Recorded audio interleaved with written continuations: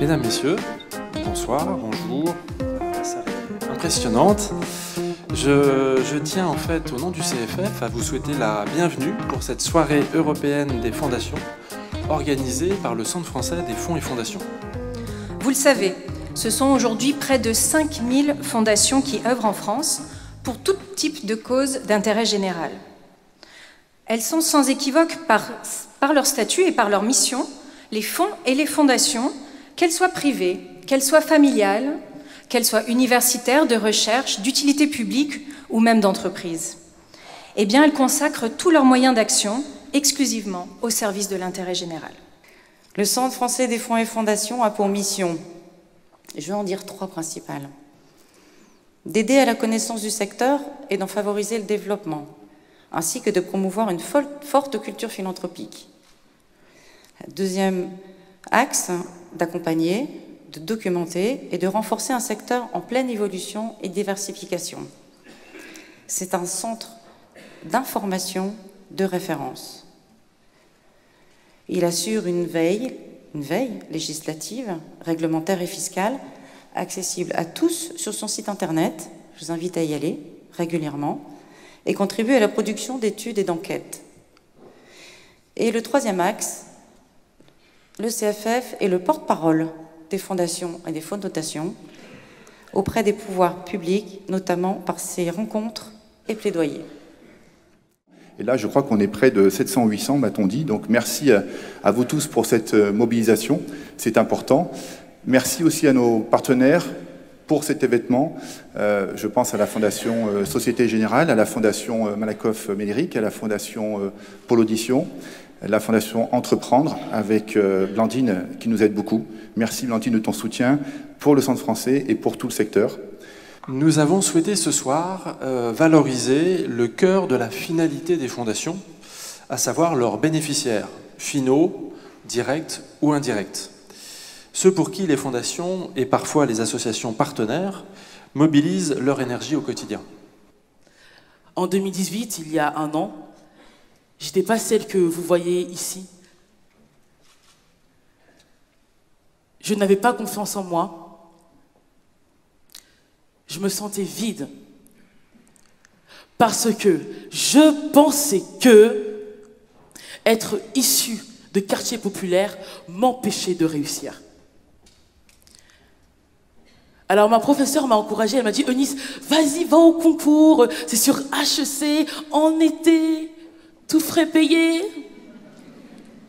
Je lui dis « Madame, honnêtement, je ne sais pas, je me sens complètement incapable. Ils sont meilleurs que moi, je ne vais pas réussir. » Et c'était bien le contraire. Eloquentia, c'est plus qu'un concours, c'est plus qu'une formation. C'est une aventure de vie. Ils m'ont donné la possibilité d'être moi-même. Ils m'ont donné la possibilité de m'exprimer. Et je pense que c'est la plus belle chose au monde. J'ai rencontré le Rocher dans un café de rue. J'étais sans papier, sans domicile, enceinte. Ce jour-là, j'avais très faim.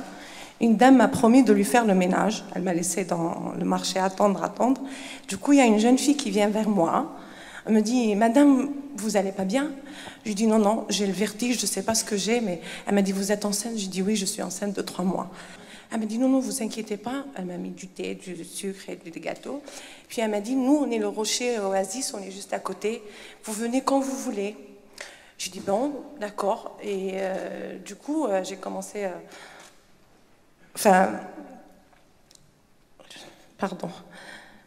J'ai commencé à venir au Rocher pour rencontrer les personnes. Là, j'ai fait connaissance de Christine. Elle a été touchée par mon histoire. Elle m'a aidé à faire des démarches en appelant le 115, le SAMU social. Et de mon côté, j'ai réussi à décrocher une promesse d'embauche dans une pharmacie, comme je suis chimiste. Et ça m'a permis d'obtenir des papiers et un CDI à côté. Et en fait, ce que vient de dire Djamila, ça évoque quelque chose de profond dans notre société aujourd'hui. On voit plus les fragilités, on ne voit plus les personnes. Et si cette jeune fille qui était volontaire au service civique au Rocher, qui donc était là à Bondy dans ce quartier, aller vers, n'avait pas été vers Djamila, voilà. En tout cas, ce jour-là, grâce à ça, Djamila a pu rebondir et se sentir surtout reconnue. L'un des enjeux majeurs qui se posent à nous est celui constitué par le vieillissement. La Fondation a accepté le fait de mettre l'humain au centre, parce qu'elle a considéré que c'était le plus efficace dans la durée. Elle a accepté de nous donner du temps pour créer les conditions qui permettent à l'intelligence collective de produire ses effets. Alors sans le soutien de la Fondation Partager Vie, sans la confiance de sa gouvernance, sans l'aura et la notoriété que lui confère sa reconnaissance d'utilité publique, nous n'aurions pas franchi le pas. Nous n'aurions pas réussi à intéresser les représentants du conseil départemental en charge de l'autonomie, par exemple, la Caisse nationale de solidarité à l'autonomie, et plus récemment Myriam El Khomri, qui a été missionnée par la ministre de la Santé pour rédiger un rapport sur l'attractivité des métiers du grand âge.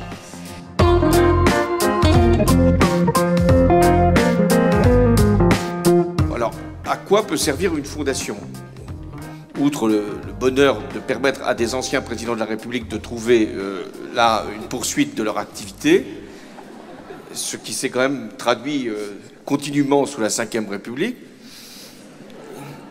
j'y reviens, quel est l'objet même de la Fondation? C'est de pouvoir pérenniser des financements que quelquefois l'État ne parvient plus à garantir. C'est vrai. Je pense que ce que doit faire une fondation, c'est pas simplement ajouter une contribution, en l'occurrence un don ou une participation à d'autres, c'est-à-dire être un financeur parmi beaucoup. Il faut qu'il y ait une spécificité. La spécificité peut être le domaine, mais la spécificité, ça doit être l'innovation. C'est-à-dire faire en sorte que ce qui ne pourrait pas surgir par soi-même, en tout cas se développer de manière durable, puisse être soutenu par la Fondation. Nous, on pourrait se contenter d'être des opérateurs de l'État et faire les missions qui nous sont déléguées, une espèce de délégataire de services publics. Et en même temps, si on fait ça, on n'a plus de raison d'être, parce que je crois que la raison d'être d'une association, c'est de savoir innover, c'est de savoir expérimenter, c'est de savoir évaluer son travail. Et pour le coup, aujourd'hui, les fondations nous amènent cet effet levier, cette possibilité d'innover, cette possibilité d'expérimenter, qui sans elle ne serait pas possible. Moi, je revendique le droit à l'erreur.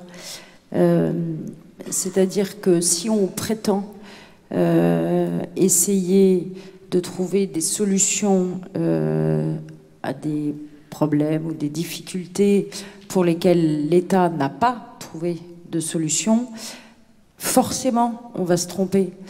Et je crois que c'est pas un problème. C'est-à-dire que le donateur, le mécène, il est très conscient de ça. Il faut bien évidemment pas lui mentir, mais je pense que la prise de risque, elle doit être revendiquée par notre secteur. Sinon, on passe son temps à mettre des pansements, mais on fait rien. Donc c'est totalement inutile. Mais l'objectif ultime, je crois, de tous ceux qui aujourd'hui s'engagent dans le secteur des associations et fondations, c'est bien celui-là, c'est-à-dire arriver à faire en sorte, par l'expérimentation, par l'innovation, par le partage des connaissances et la construction de nouveaux modes de faire, on arrive à changer notre société. C'est-à-dire c'est notre contribution à nous, acteurs privés, pour produire quelque chose. Il y a des politiques qui ont été inventées par les associations et les fondations, et qui ensuite deviennent des politiques publiques. Vous l'avez évoqué sur un ou deux sujets. C'est-à-dire ce que l'État, et ce n'est pas une critique qu'il faut lui adresser, ce que l'État n'est pas forcément capable de faire en termes d'imagination et d'invention, eh bien c'est la société qui montre que c'est possible. Mais sans l'État, ça ne pourra pas trouver son accomplissement ou son dénouement.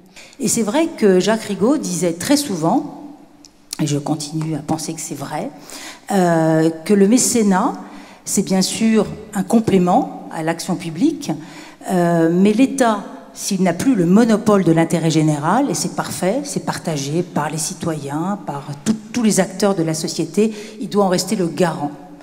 Et c'est seulement l'État qui peut s'assurer que le lien social, que le lien dans les territoires soit conservé et donc que les associations puissent continuer à vivre.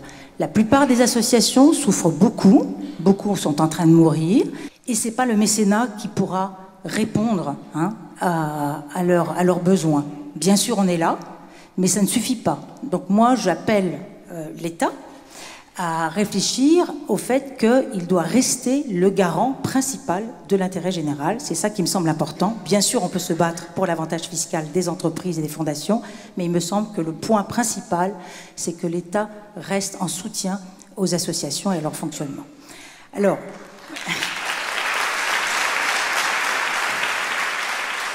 Quelle philanthropie nous voulons de notre société? Une philanthropie qui prend en considération les familles, les entreprises sur nos territoires, la différence de nos territoires. Une philanthropie qui, pour finalement la faire croître, la valoriser, a pour moi peut-être 3 éléments essentiels. En tout cas, c'est les lignes du rapport qui sont en train d'être tracées. Dans un premier temps, reconnaître et valoriser enfin la philanthropie française. Nous avons un certain nombre de freins législatifs. Ils existent. Vous êtes de nombreux acteurs aujourd'hui à les avoir bien identifiés et à faire des propositions. À nous de les rassembler, de les synthétiser, des fois de les prioriser, puisque c'est aussi un travail en termes d'agenda. Lever ces freins, alors en quelques mots, des freins, peut-être, allez, le premier d'entre eux, le roi des freins pour moi, c'est l'instabilité fiscale. C'est le premier des freins à notre philanthropie. Comment s'engager dans la durée si d'une année à l'autre, nous ne connaissons pas le cadre fiscal du mécénat, du don? Moi, je ne pense que ce n'est pas bien. Il faut garder un cap, il faut garder une philosophie, et le symbole est fort. Au-delà de la question fiscale, au-delà de ça, c'est le signe, c'est l'esprit, c'est la philosophie du mécénat qu'il faut défendre. L'État n'a pas vocation à se désengager de ses responsabilités, bien au contraire. Mais la philanthropie, c'est quoi? C'est une solidarité consentie. Elle est là, la réalité. Parce qu'en définitive, il s'agit de savoir l'essentiel. C'est-à-dire comment, dans notre société, continuer de financer ce qui ne rapporte pas. C'est dans ce cadre du débat précédent qu'il faut penser le rôle de la philanthropie et de sa place, comme un contrat entre les parties au bénéfice de l'intérêt général. Mais n'oublions pas quand même, puisque je parlais de l'impôt, l'appauvrissement de l'État n'est pas une bonne nouvelle pour la société. Il ne peut pas y avoir de transfert comme ça, où on dira, je donne moins à l'impôt et je donne plus par moi-même. D'abord parce que finalement, les mécanismes font que c'est quand même l'État qui paye à un moment ou à un autre. Mais il faut qu'il y ait les deux, qu'il y ait à la fois ce qui est de la contribution de la solidarité nationale et ce que l'on peut faire par sa propre décision, par sa propre mobilisation. Et le don n'est pas que monétaire, le don c'est le temps. Et il y a des hommes et des femmes qui aujourd'hui, dans les entreprises, réclament des droits pour pouvoir servir les autres. Et de ce point de vue, je pense que malgré tout ce que l'on peut imaginer, avoir comme angoisse, il faut rester confiant dans l'avenir. Je suis persuadé que l'État ne peut être le détenteur unique de la gestion de l'intérêt général en France. Il en est évidemment le premier dépositaire et le premier garant. Mais il a depuis longtemps dépassé cette idée et admis que le partage de cet enjeu constituait la meilleure garantie de répondre aux attentes et aux besoins des Français, dont nous savons qu'ils évoluent chaque jour et qu'ils nécessitent une adaptation de notre action collective. Ma conviction, c'est que le rôle de l'État, le rôle des pouvoirs publics n'est pas de décréter, n'est pas de décider pour des acteurs privés, mais il est d'accélérer, il est de soutenir, il est de mettre en relation et d'accompagner à chaque fois que nous le pouvons. On voit à travers ces éléments, le partage de l'intérêt général, l'action de long terme et la capacité à innover, que la place des fondations dans le devenir de notre société doit être confortée. Être confortée, c'est développer la philanthropie en France et sans doute installer l'image de ce qu'est la philanthropie aujourd'hui dans l'esprit des Français. Je vous dirai toujours les choses avec sincérité et avec une volonté d'avancer avec vous au bénéfice de l'intérêt général et du bien commun. car ma conviction est que l'avenir ne peut se construire sans vous. Je vous remercie.